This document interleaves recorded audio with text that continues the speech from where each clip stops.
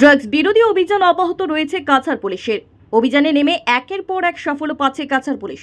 মঙ্গলবার গোপন সূত্রে খবরের ভিত্তিতে অভিযানে নেমে মাদকসহ দুই যুবককে গ্রেপ্তার করে সোনাই পুলিশ। সোনাই থানার ওসি এম হ্যান্ডিকের নেতৃত্বে চলে এই অভিযান। সোনাই পূর্বাঞ্চলের গাছতলায় তল্লাশি চালিয়ে AS 11W9984 নম্বরের একটি স্কুটি আটক করা হয়। তল্লাশি চালিয়ে উদ্ধার করা হয় হেরোইন। স্কুটি সহ দুই পাচারকারীকে আটক করে পুলিশ। তাদের কাছ থেকে আনুমানিক 300 গ্রাম ওজনে সন্দেহজনক হেরোইন থাকা সাবান কেস উদ্ধার করে। আটক দুই পাচারকারী হল হাতিখাল বাজারের 32 বছর বয়সী জাবির হোসেন আহমেদ ও নতুন কাঞ্চনপুর তৃতীয় খণ্ডের বছর 25-এর মাকুমদুল আহমেদ। পুলিশ তাদের বিরুদ্ধে মামলা করে জিজ্ঞাসাবাদ চালিয়ে যাচ্ছে। জব্দ করা হেরোইনের বাজার মূল্য কয়েক লক্ষ টাকা বলে জানা গেছে।